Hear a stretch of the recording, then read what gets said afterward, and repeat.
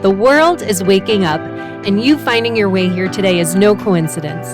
The spirit world always has a way of guiding us where we most need to be at the absolute perfect time. I'm your host, Lindsay Morlock, and you're listening to the Guided Podcast, where we explore how the spirit world works on our behalf to guide us along our paths. This is where you'll learn how to live a life that is both conscious and connected, so you can supercharge your pathway to healing and open to life's magic and miracles. Come along this journey to see how guided you truly are. Hi, everyone. Welcome back to this week's episode of the Guided Podcast. We are back again this week with Catherine Ann, our resident intuitive astrologer, and we are going to be diving in this week to shed light on the upcoming full moon in Aquarius that is happening on August 19th. So, Catherine, I am just going to turn it right over to you to dive right in. So, in one word, this moon is a lot. And it's not actually just the moon, it's just the overall energies of this day and even the week prior. It's just a lot. And so it did take me a little bit of time to kind of like weed out what we were even going to talk about because there's so much going on. So I'm actually going to kind of lay the foundation of all the things going on. And then we're going to dive into what spirit really is guiding me to talk about, because there's just not enough time for us to talk about all of it. And I think it would be too overwhelming. So let's just start with moon in Aquarius. So Aquarius is an air sign. And so this moon typically would be more conceptual, more intellectual. The moon oftentimes connects with our emotions, and then Aquarius is more intellectual. So it's really almost like a disconnected or detached feeling to our emotions. We're not in that watery Cancer where you're just diving deep into the feels. This is more analytical. So just on that very surface level, Aquarius is more disconnected. And part of the full moon Aquarius really speaks to Aquarius thinks about society and groups and the whole while maintaining your individual persona, your uniqueness. So Rick Levine, who's a very well-respected, well-known astrologer, what he says is the full moon Aquarius is a time to be as different as you can be. So flying your flag of personality and uniqueness is about the entire energy of a typical isolated full moon in Aquarius. So where this gets messier is everything else that's going on at the same time that you're feeling like you want to be just unique little you. So in a full moon, the sun and a moon are always opposite each other. That's what helps the moon completely light up. But this sun and moon are squaring Uranus, which is the planet of uniqueness and different, and really that galactic otherworldly energy. That's Uranus. So we have this full moon already in this tense aspect with I want to be different. So I just think that's very interesting. And then if we were looking at it from a modern astrology perspective, the moon in Aquarius is ruled by Uranus. So it's in a tense aspect to its ruler.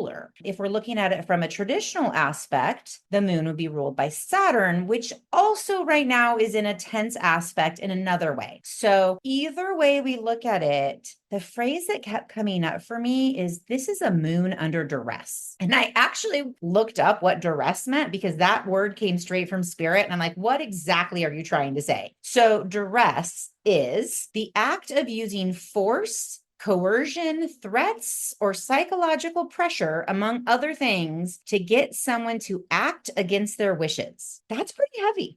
So let me ask you a question because I'm seeing two different images as you're talking about this. One image I'm seeing is diamonds are formed under pressure, right? So there's a positive type of pressure. And then there's this concept of duress, which also the feeling I get from this is like, the way we find ourselves influenced by external forces, whether that's people, whether that's societal conditioning or social norming. How do those things put the pressure on us to be true to our values, our beliefs, what we're really aligned with? Would that be accurate? In both both ways. Absolutely. And if you think about, we talked the new moon of Leo about shining your light and how supportive the energy was to just be you and shine brightly. And then in this Aquarius full moon, where you want to just be you, no, unique as you can be, but it's this like pressure of, but that might be too weird. And Aquarius says, I'm going to be weird. I'm going to be me. No big deal. But we have all this pressure in other areas that is kind of cramping that independent feeling. So I mentioned we have the sun and moon squaring Uranus. We also have a very big transit that perfects on this same day, which is Saturn squaring Jupiter. So Saturn and Jupiter are in this 20-year cycle. And back in December of 2020, they conjoined. It was the grand conjunction, if anybody remembers this. They conjoined at 0 Aquarius. Now, what was so important about this is it was kind of like the bringing in of, you've heard about the Aquarius age, and there's a lot of conversation about when that exactly is. But this is definitely one of those moments that points to coming into the Aquarius age. Well, Saturn squaring Jupiter it's just a strong revisit or reevaluation of something that maybe was initiated at the beginning of that cycle at the end of 2020. So ideas that started coming, those little seeds, think of it as like a new moon, right? Where something's just getting started, even if it's just in your head. Now we're at this opening square of Saturn to Jupiter, and it's like, let's reevaluate this. What new ideas, what new philosophies have really birthed over the last almost 4 years? And how are we feeling about all of that? So where this adds another layer of this is just a lot of pressure and transformation is currently right now, Pluto is at 0 Aquarius. So Pluto is at the spot where Saturn and Jupiter met at the beginning of their cycle in 2020. So it's just another check the box of big energy. So that's a whole nother podcast on its own, but just know I'm going through the list of there's some big energies, right? Now let's add to this that we are in Mercury retrograde. So even people who don't know much about astrology, they hear about Mercury retrograde. They go, my computer's messing up, is Mercury retrograde, right? So August 19th, we're right in the middle of this Mercury retrograde, but it's just adding another layer of reflection, maybe frustration. That it's really often during Mercury retrograde that we feel frustrated because there's glitches in communication and technology, and things maybe just don't flow the way you would hope they would. And then we also have Mars is in Gemini. So Mars does not love being in Gemini, and it makes our minds very busy because Gemini is ideas and thoughts and communication. And there's a big birth of ideas because Jupiter is also in Gemini, and Mars and Jupiter are together. So it's really inflating that busy mind, that restlessness. There's more. So I've already done a pretty extensive list of big energies, but there's more. We also have Venus in an opposition to Saturn, which is causing tension, most notably probably in relationships, whether that's a romantic relationship or a friend relationship or a relationship you have with a thing, a something, in relation to something, but tension there. We're going to talk a little bit more about that. And that Venus and Saturn opposition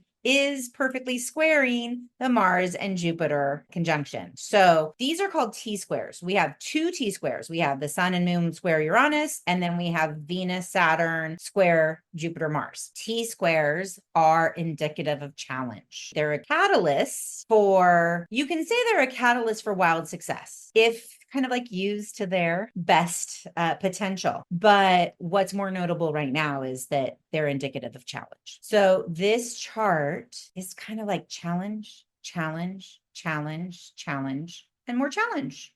It's a lot. So that's where I started with this, right? It's a lot. So one thing I want to say about this time of the full moon in Aquarius is be easy on yourself. I don't think there's anybody that is going to escape the feeling of tension and pressure throughout mid-August. Not everything I've talked about activates everyone's chart, but something I talked about does. And they all are significant in their own right. And for some people, multiple of those things will really be speaking to their charts. So be easy on yourself. I also kind of want to say, there's a way that we can prepare for times that are more difficult by setting ourselves up for success. This would be one of those times to do that.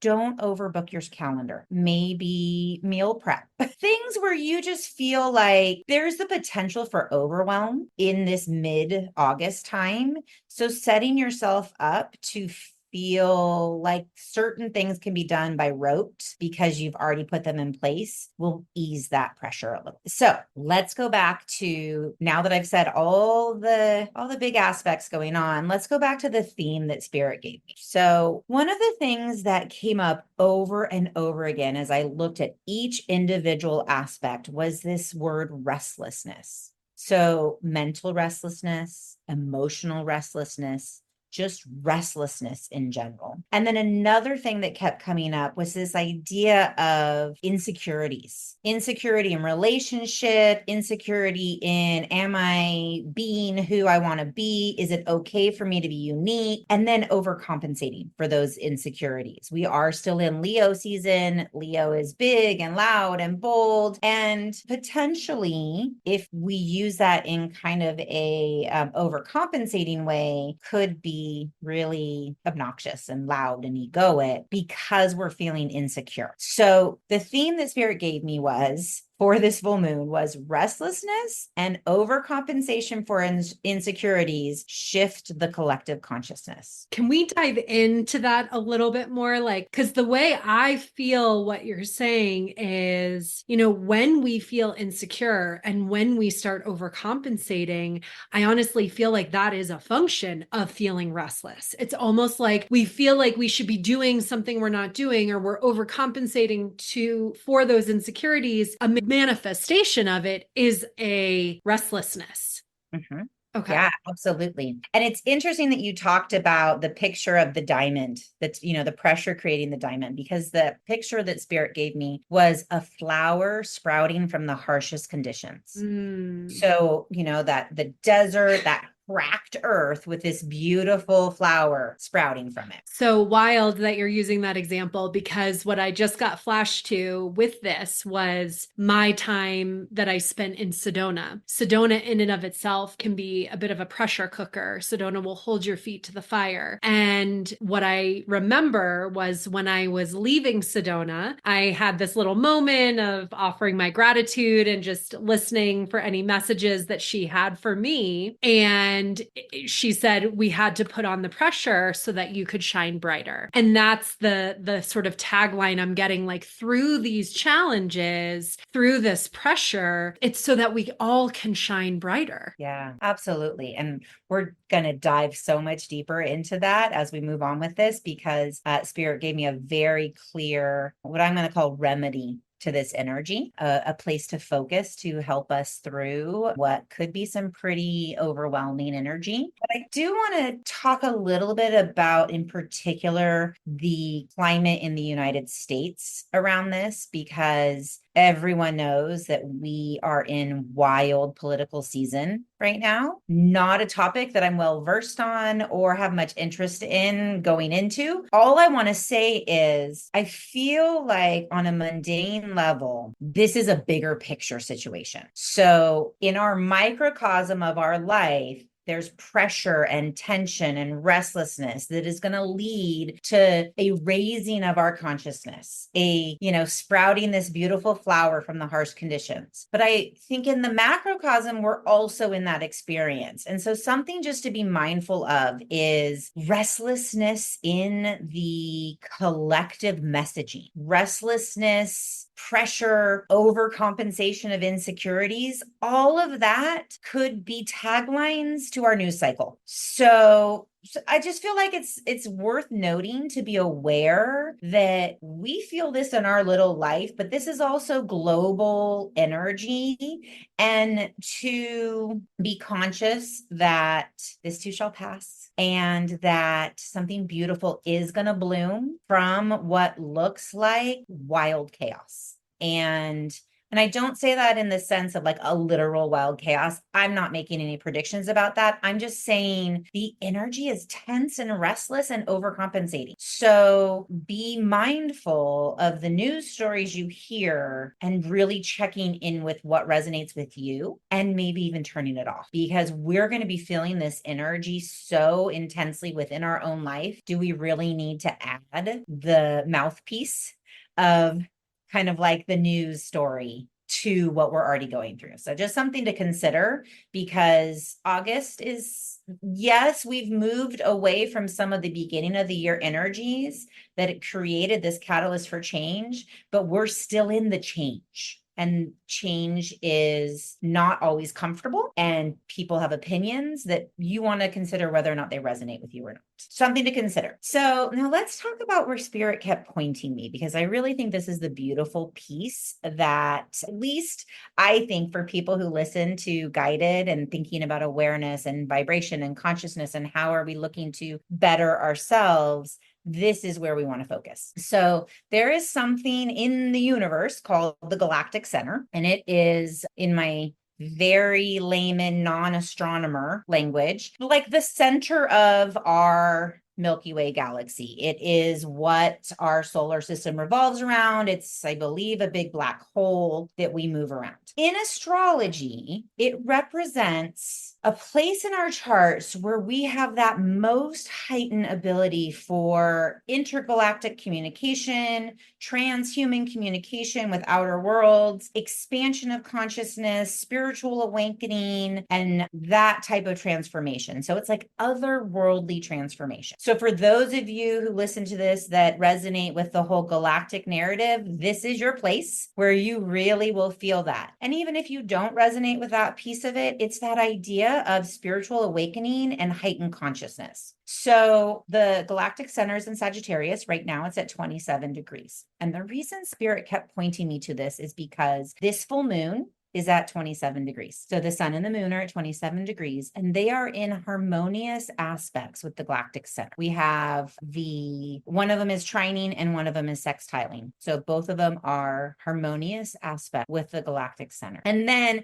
if you recall, I mentioned that the sun and the moon are squaring Uranus. Well, Uranus is also that higher consciousness, galactic, transformative energy, electric, higher, heightened awareness energy. So we have all of these 27s, and it just kept being brought back to me over and over again. Let's talk about the galactic center today, because otherwise we might get lost in the sauce with everything that's going on. So what we want to talk about is, when we connect with the galactic center, we're connecting to this place of being open to possibilities, being open to downloads from spirit, being open to exploring beyond what we understand and what we know. So it's this space in our chart that connects us with the beyond.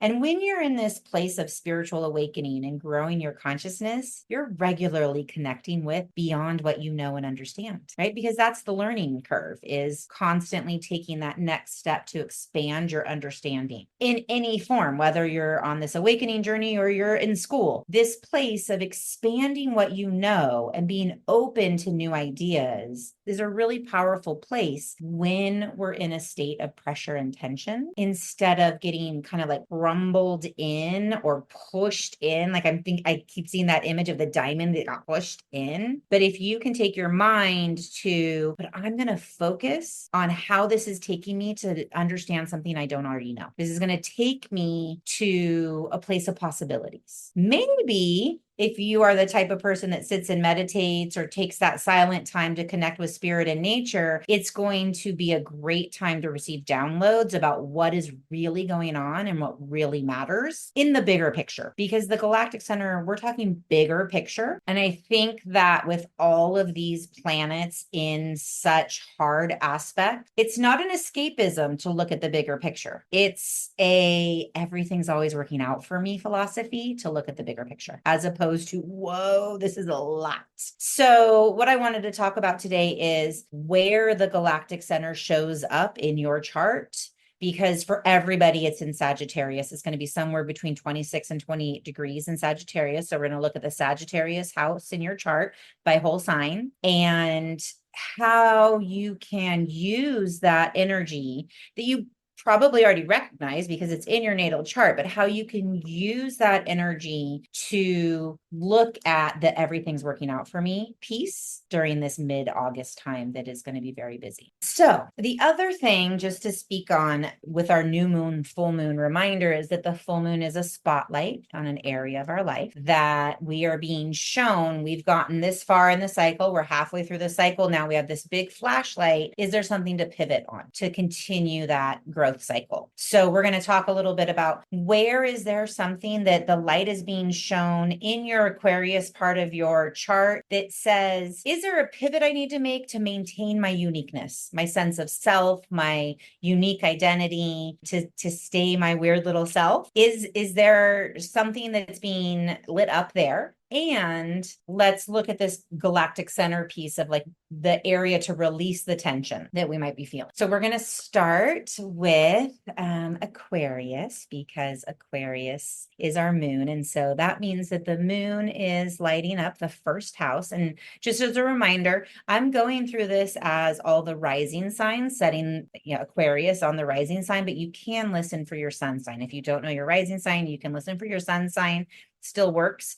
And you can listen for both and see which resonates more. So we're going to start with Aquarius. And this full moon is showing up in your house of you. So your appearance, your style, how you show up in the world. So is there something in that area that you're going to pivot a little bit, or the light is shown on it to say, do I need to make an adjustment to shine even brighter, to be even more me? And then where we're going to look at the galactic center is in your 11th house of groups and friends and allies. And what's really interesting about having the galactic center in this placement for an Aquarius rising is that Aquarius is the sign of groups. They have that societal mindset, the kind of what's good for we is good for me mindset is the Aquarius mindset. So having the galactic center in your 11th house of groups and we seems to go perfectly for me, that you are going to want to be connecting with people who share a vision for the future. So in your searching for everything's going to work out, connect with groups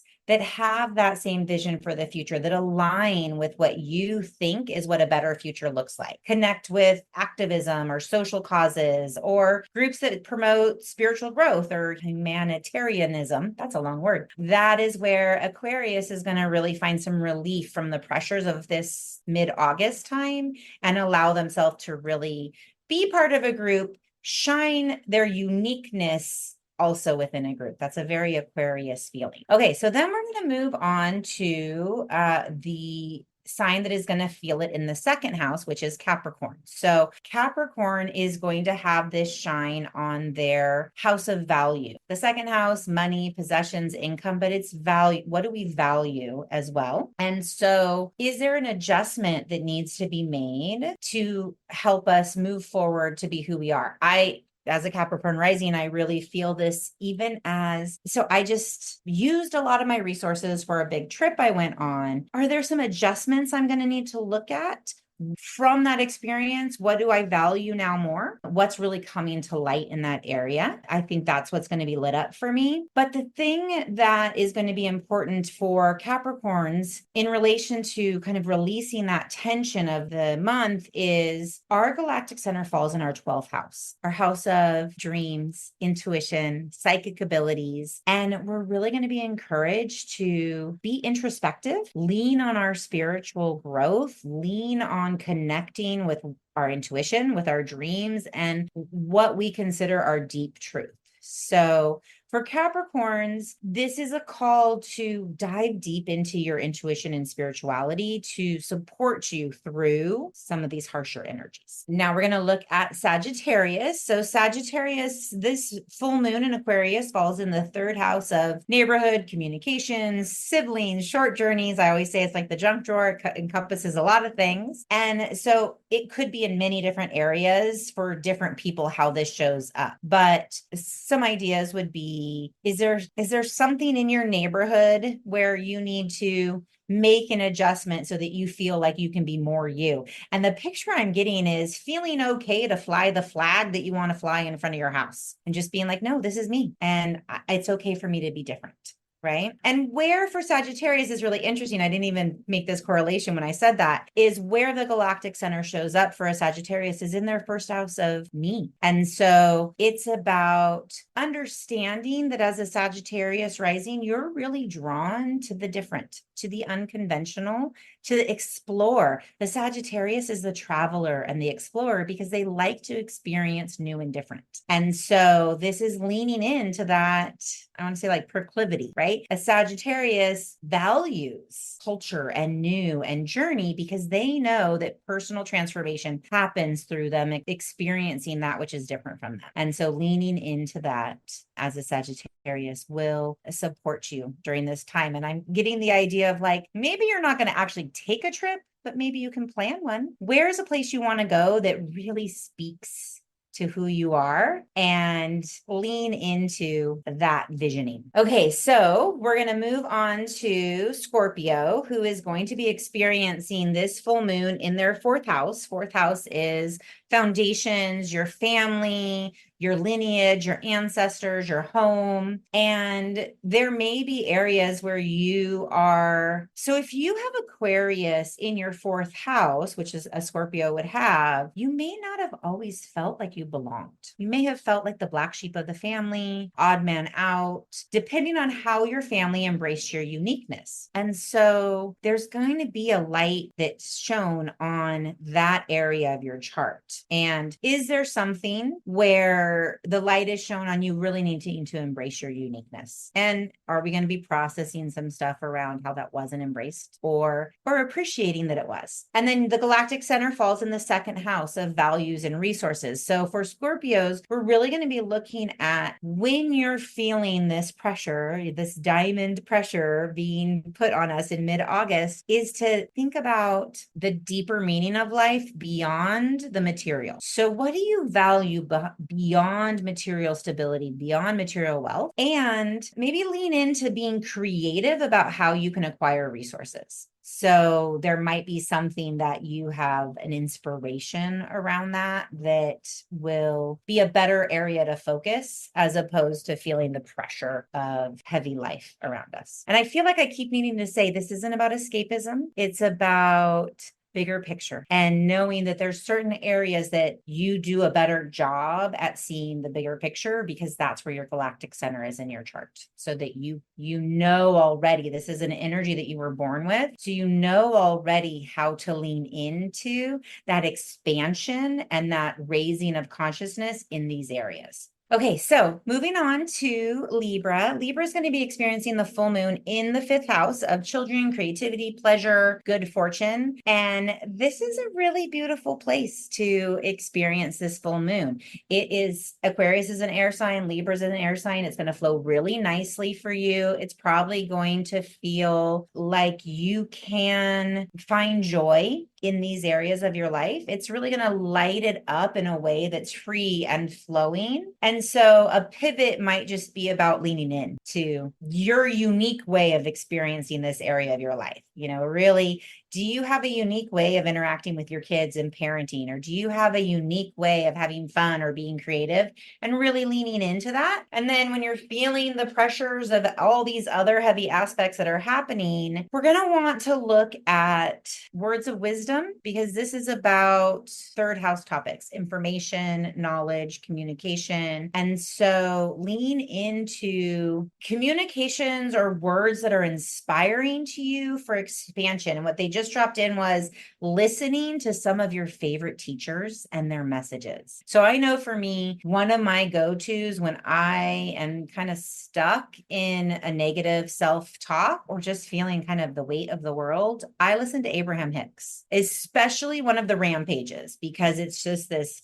flow of positive, everything is going to work out. This is good stuff. And I need that input to help shift me. And I feel like that for Libra, that would be a really great thing to think about is who can you listen to or who can you talk to? Because this is about communication. Do you have a friend or a sibling or a neighbor where you know that when you speak with them, you feel enlightened or positive after that conversation? I do not recommend connecting with someone that's just going to sit and vent with you. That's not going to support your raising of your energy during this time. But those people or those experiences that are going to help you feel like, oh, I learned something new, or I've a different perspective on how to see this. That's where you're going to want to go. Okay, so Virgo, this full moon is showing up in your sixth house of health, wellness, daily routine, work, health in the sense of not feeling well, illness. And so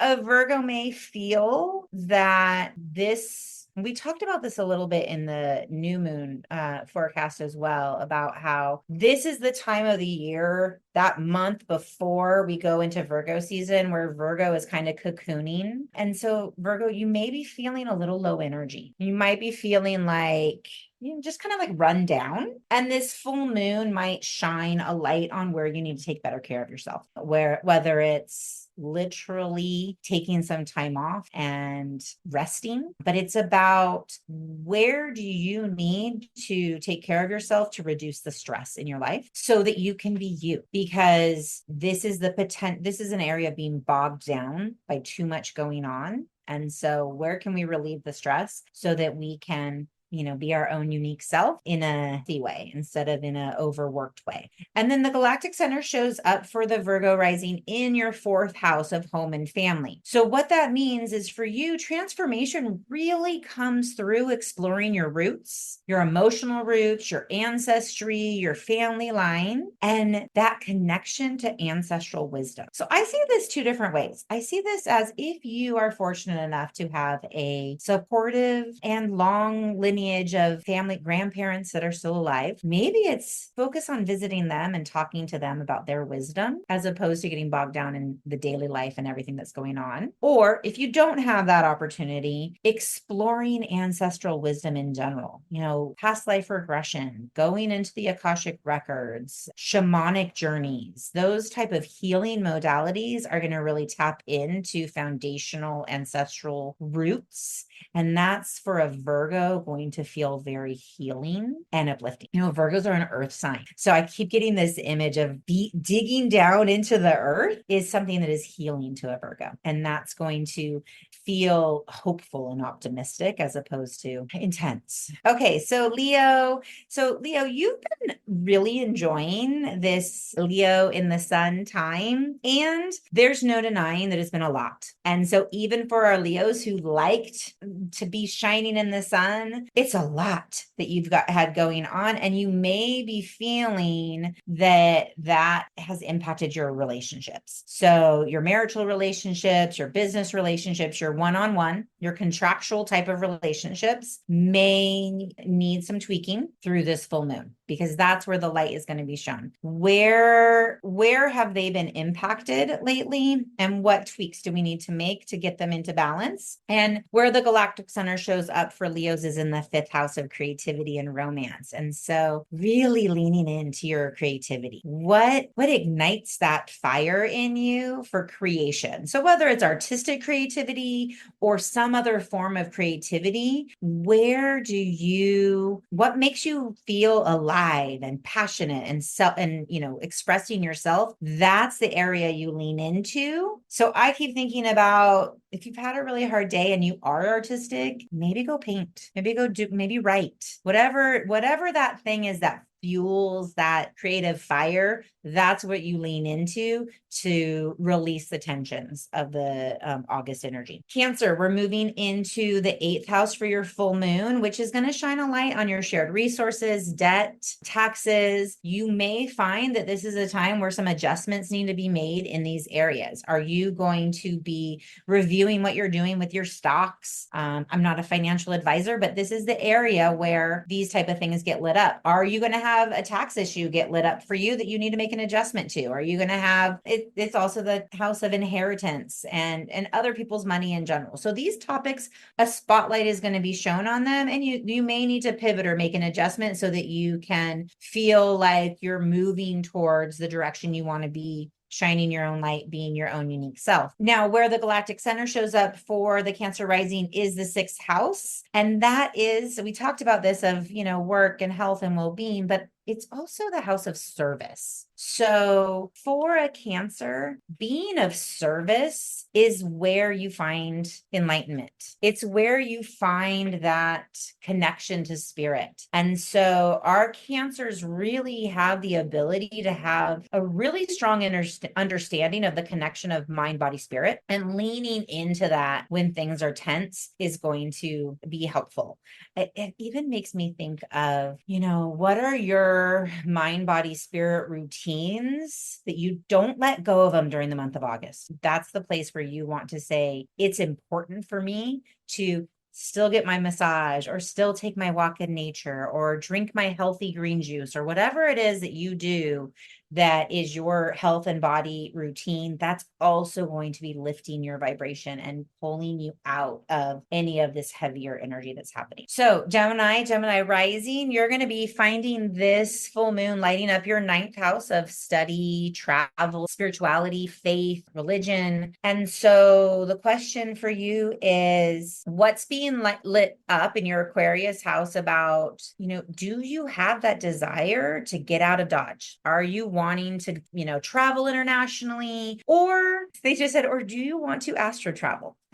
So you may not have to physically travel, but if astral projection is something that you are capable of doing, maybe you're going to lean that way, right? Because it's about lighting up this area. What makes you feel? It's like philosophical growth. So that's why travel's here, right? Because when you go to new cultures, you're growing your mindset. When you're diving into faith or religion or different studies, you're growing in your mindset.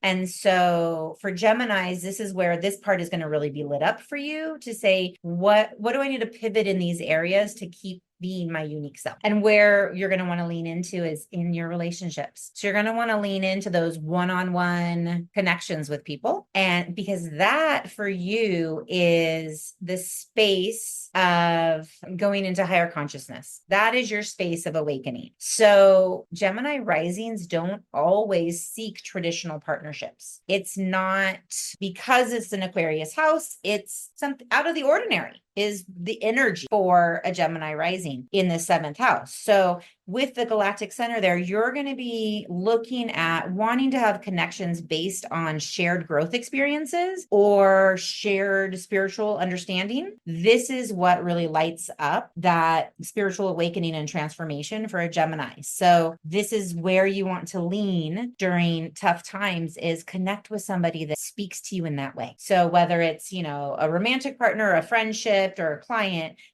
connect. And even I would say it was spirit, right? Because this is a one-on-one relationship as well. Connecting with spirit. If you don't have somebody else in your life that can fulfill that role of shared growth and spiritual understanding, this is where you're going to really want to focus to release the tension of the month. Okay, we're almost there. So for Taurus, you are having this full moon in your 10th house, which is career, reputation, legacy. So you may feel some adjustments in your career sector. You may feel like I need to make a pivot in this area of life that has to do with, am I creating a legacy that's uniquely me? Am I working in a career that lets me be me? With this Aquarius house, it makes me think that the Taurus may want to look at, am I working in a field that speaks to the whole, the Aquarius, the we versus the me, right? So am I working in a space that maybe has a social justice slant in whatever way that speaks to you? And if not, is that where the pivot is, right? If you feel like you need to be doing something that has a bigger societal impact, this may be that time where you go, it's time for me to think about adjusting this. And then for the Taurus, the galactic center falls in the 8th house. And so it's interesting because one of the things about the 8th house, we've talked about shared resources. We've talked about finance, like taxes and debt and all of that stuff, but it's also the house of the taboo. So delving deep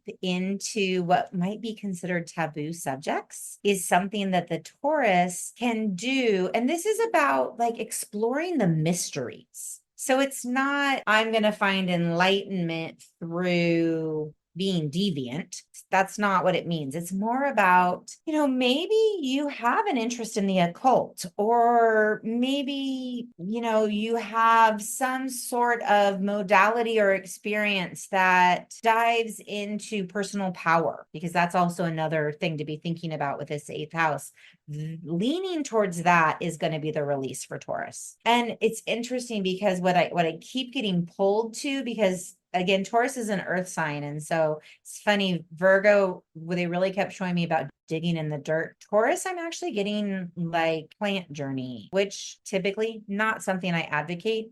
That's not my cup of tea, but it's that connection with earth. So maybe it's diving into the elementals. Maybe it's really looking into your connection with the fairies and the dragons and all of that type of stuff. Maybe it's plant journey, but that's where Taurus is going to find the release from the tension that August is building. And when you speak to the plant journey, the other thing that I got around that is there's just a lot of wisdom in nature. And so sometimes a plant journey may not be, I think a lot of times we hear that word and we automatically think about psychedelics, Right. but actually part of plant journeying can also be just connecting with the plant and understanding what wisdom it has to offer you, whether that's from a health perspective, right? And in terms of what herb might be supportive of something within you, but also, what message does this tree have for me? What message is this flower sending me? So just to expand people's awareness around what a plant journey might mean, it could be all of those things. Right. Beautiful. Thank you for that reframe, because that is very true. And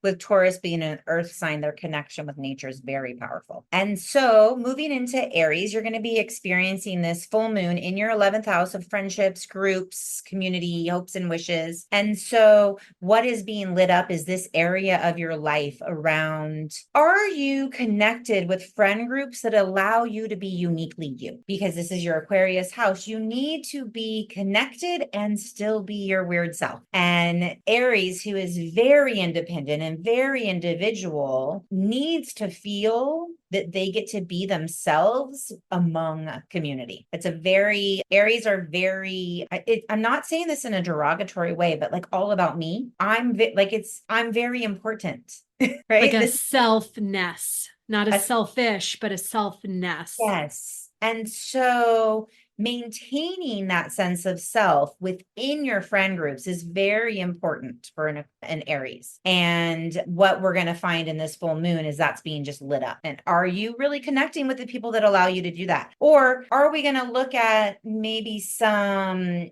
adjustments to our manifestation so that we can come into alignment with that? And the galactic center for an Aries is in the 9th house. So where you really find that expansion and awareness and that raising of your consciousness is through opening your mind to new possibilities, to broadening your understanding of the universe. So this may literally involve taking a course that you just want to learn more about anything, really.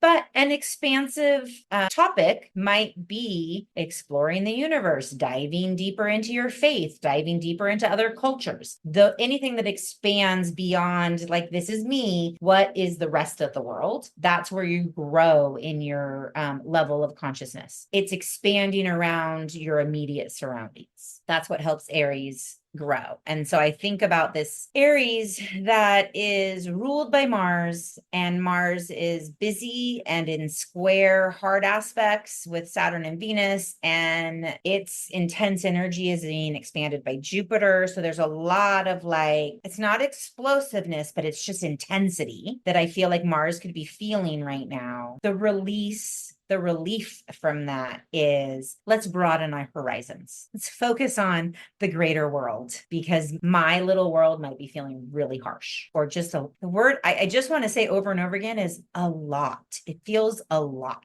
Whether that's harsh or not, it doesn't necessarily have to be harsh. It's just a lot. Yeah. I think the message that I keep getting as you've moved through this discussion is a message that Spirit gave me earlier today, which was about remembering our humanness in connection with all of these astrological aspects, and recognizing that, within is a microcosm of the macrocosm, and with everything happening in the macrocosm, it's even more important to stay aligned within ourselves in the microcosm. And really remembering, I think this is where we give ourselves grace. We learn so much going through challenges, but I know even for me, I've been in a recent cycle of feeling like swing and a miss, swing and a miss, swing and a miss. And it's a lot. That's what I keep getting flashed to. It's like when we're in these learning cycles, and especially when Spirit is trying to teach us something in a really big way, we are in a place sometimes of swinging and missing. And we're always, it's not failure, but for lack of a better expression, it's like we're always failing forward, right? Because we're learning from what's not working, we're making these adjustments, and then we're trying again. And it can be a lot, but I think this is where, as you started the conversation, really giving ourselves grace, being kind to ourselves through the process, and remembering what they're saying now is really remembering that nobody feels 100% all the time. That's so beautiful. And I love that you started with remembering that we're human, because yet again, Spirit talking to you about astrology without realizing it. So Aquarius is really about humanity and recognizing our own humanity, and that, yes, we're individuals within this big collective, this human collective. And so in spite of all of our differences, because we're all these unique expressions, we are one human collective, and understanding the bigger picture of that can be helpful when maybe you don't agree with what you're seeing, but knowing this is part of this human collective. And that compassion of, it's okay that I'm not getting it all right. Like, I'm only human. Yeah. Right? Yeah. And I think one of the things that they keep flashing me to in connection to what you just said is, and this is an analogy Spirit uses with me often because it really helps connect me to my own humanness, but remembering that we're all actors and actresses in this play of life at Earth School. And each and every single one of us is here to play a specific role. And so when we find ourselves maybe on a different end of a discussion or platform or position or opinion, we can remember that too, that, none of us are right or wrong. We are all just playing our respective roles. But I think the most important thing that we can do is find that sense of unity and harmony within ourselves, because that is how we can bring more unity and harmony to the collective. But it starts with us. It starts within us. If we are all, chaotic and frenzied and not at peace within ourselves, like that is the ripple effect that's being put out into the collective. So that's especially where people may feel out of control. Like this is where we do have control. We always have control over, how we feel, or at least our ability to recognize that we're off and work to pull ourselves back into vibrational alignment and harmony. Yeah, that's beautiful. And I feel like that's why Spirit really wanted me to point out the galactic center in our charts, because that's the place where we raise that consciousness. That's the place where when we go towards it, we're working on coming into alignment, bringing ourselves into unity. And so all of these spaces, these topics where I've mentioned that you could lean towards, that's exactly kind of like the area to look that can help you bring yourself into that unity and alignment, because it's a natural place. I mean, obviously, in the full spectrum of life, we would love to be able to be in alignment with all the areas, right? But some days are harder than others. Right. And so I feel like Spirit wanted us to kind of know there's a place in your life that you can lean into that's more natural for you to lean into to help you come into balance, unity, and expansion. Yeah. And to leverage those tools and skills, particularly especially around the areas where you're feeling the most pressure.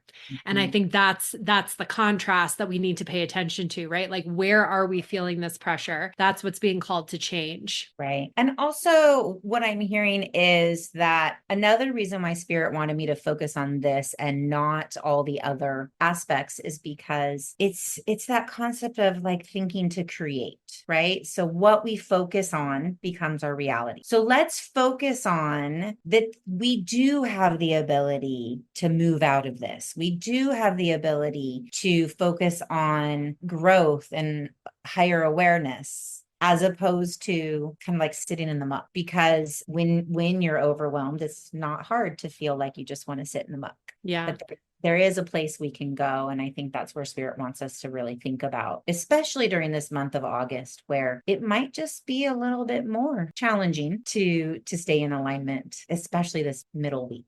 Your point is well taken about being proactive in terms of where we can help ourselves with these challenges. You know, if you are someone, I'm already thinking for myself, sometimes I'm in a place where I need to work harder to maintain my vibrational alignment than other times. And during those times, I will put myself through a morning practice that might be a little bit more lengthy, say, than some other times, right? So during a time like this, if I know it's going to be a little bit more challenging for me to stay aligned, I might start all of my days with a nice long breathwork session to really, or meditation, or, you know, something to really support myself and that vibrational alignment. Because if we're only kind of going down throughout the day, we want to start our days as aligned as humanly possible. And that's a good rule of thumb for anybody to begin with, but especially during these times that might be a little bit more challenging. That's just a great way to really support ourselves energetically through it. Absolutely. And I think in my situation, August, in my day job, August is a very busy month, always. By the end of August, I am typically struggling to stay in alignment and in complete overwhelm, just trying to keep up with the demands of my day job in August. So knowing that already, I already had the plan of what things do I need to put in place to set myself up for success.